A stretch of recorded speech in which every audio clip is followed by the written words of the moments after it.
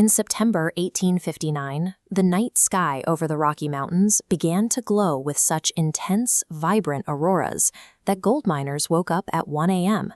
Thinking it was dawn, they started cooking breakfast. Down on the ground, the peak of modern technology was tearing itself apart. Across the entire telegraph network, a violent electrical surge shocked the operators and set their paper tape on fire. To stop the equipment from burning, some operators completely disconnected their batteries. Once unplugged, they discovered they could still tap out messages, powered entirely by the electrical current surging through the air. Hours earlier in England, astronomer Richard Carrington had been staring through his telescope when he witnessed a blinding white light flash erupt on the surface of the sun.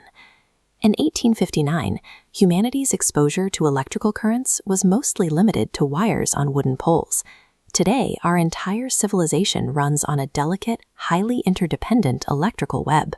This astronomical event from over 160 years ago now serves as the primary benchmark that disaster planners use to model a potential collapse of the modern power grid. When we look at how a solar storm actually works, it starts with a flare, an explosion acting as a nuclear trigger. This launches a coronal mass ejection, or CME, which is a multi-billion-ton cloud of superheated plasma fired straight through space toward Earth. There is a popular myth that a CME acts like a military EMP weapon, suddenly wiping out all electronics. In reality, a solar storm is a slow-building surge of energy. Your unplugged cell phone or flashlight sitting on a desk is going to be perfectly fine. Instead, these geomagnetically induced currents specifically hunt for long stretches of conductive metal. They target high-voltage power grids and massive underground pipelines.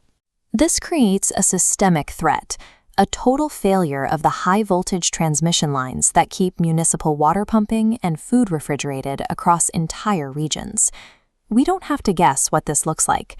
In March 1989, a severe solar storm, only a fraction of the size of the Carrington event, struck the Earth.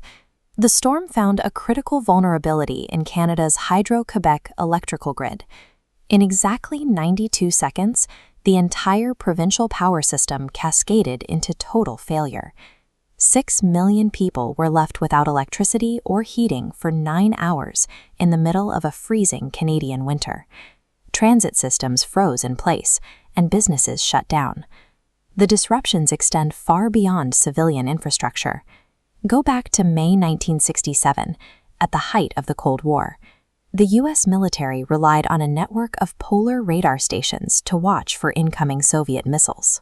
Suddenly, every single one of those radars went completely dead, jammed by intense radio interference, the exact signature expected from a nuclear first strike. Assuming an attack was underway, the Air Force scrambled nuclear-armed bomber planes and placed forces on high alert. They were stood down only minutes before retaliation, when military space weather forecasters realized the sun had emitted a massive radio burst. Natural disasters do not happen in a vacuum. An infrastructure failure during a tense geopolitical moment can easily spark systemic miscalculations, panic, and secondary human conflicts. Fast forward to the Halloween storms of October 2003, and we see the extreme limits of modern orbital and aviation systems. On November 4th, the sun unleashed an eruption so massive that it completely saturated and broke NASA's X-ray sensors. Later analysis proved it was a staggering X-45 class flare. The immediate global fallout forced commercial airlines to abandon high-radiation polar routes. It destroyed a $150 million satellite and forced astronauts on the International Space Station to evacuate into heavily shielded modules. If these modern events can disable satellites and blind radars, a direct hit from a Carrington-class storm today would physically melt irreplaceable electrical transformers, paralyzing regional power grids for months. For over a century, scientists assumed the 1859 Carrington event was the maximum limit for solar storms. It turns out we have simply been lucky in modern history. By analyzing the wood in ancient tree rings, researchers found sudden spikes of radiocarbon left behind by prehistoric superflares, which are now called Miyagi events. Data extracted from deep ice cores shows that roughly 14,300 years ago, a Miyagi event struck the Earth that was 10 to 100 times more powerful than the Carrington storm. A storm on that scale directly threatens the basic assets we rely on for survival, cutting off municipal water filtration, disabling winter heating, and paralyzing our food supply logistics. Surviving a long-term power failure requires preparing for societal gridlock. That means keeping portable solar generators, a 14-day water supply, and a hand-crank emergency radio to catch broadcasts when cell towers go completely dark. Because solar activity follows a recurring 11-year cycle, space weather preparedness is a fundamental pillar of resilience for any family living in a hyper-connected world.